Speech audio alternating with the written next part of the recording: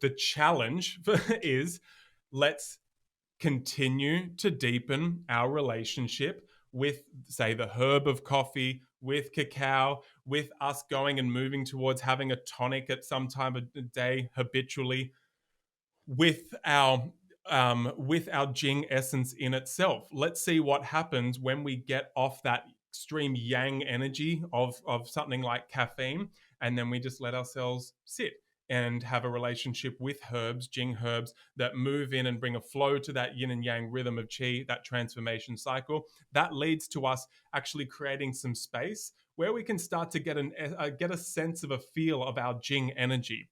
You will feel a different type of energy when you start moving off caffeine, or perhaps someone listening isn't like, oh, caffeine isn't my thing.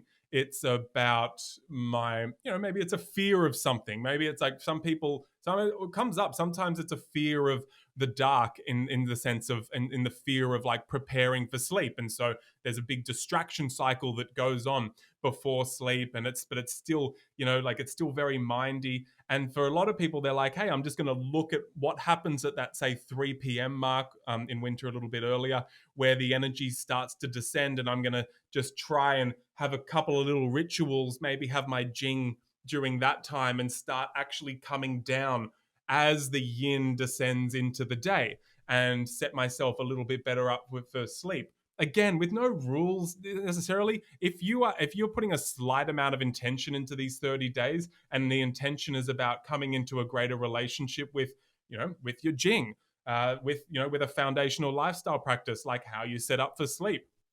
Maybe it's about, for women, it might be staying in rhythm with your cycle, and going, okay, let's, like, for me, let me see what happens when I don't have a bunch of distraction stuff, because a foundational aspect of the way you stay in rhythm is going through the 5 seasons, or 4 seasons if people want to relate in that way, between your cycle. And so for guys, it's going to be, you're a little more chi based, with women like a more regulated by blood. For guys, it's going to be regulated by qi, really conscientiously looking whether you are setting yourself up for success by getting up with the sun and getting a little move on, getting a little sweat on, moving your muscle. And that's relevant for women as well, but just, you're going to be more conscientious about that moon cycle, rather than that the guys in the qi be more based in that qi cycle. Maybe that's where your attention is. So just you have that attention of a foundational lifestyle aspect, hopefully without the distraction from that thing that you might admit I'm doing excessively, or maybe not with as much high quality,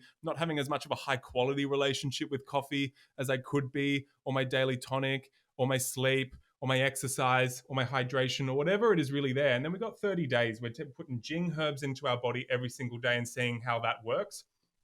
And also having just that slight awareness of increasing the quality of that relationship with that, which helps us get into closer communion with that Jing energy.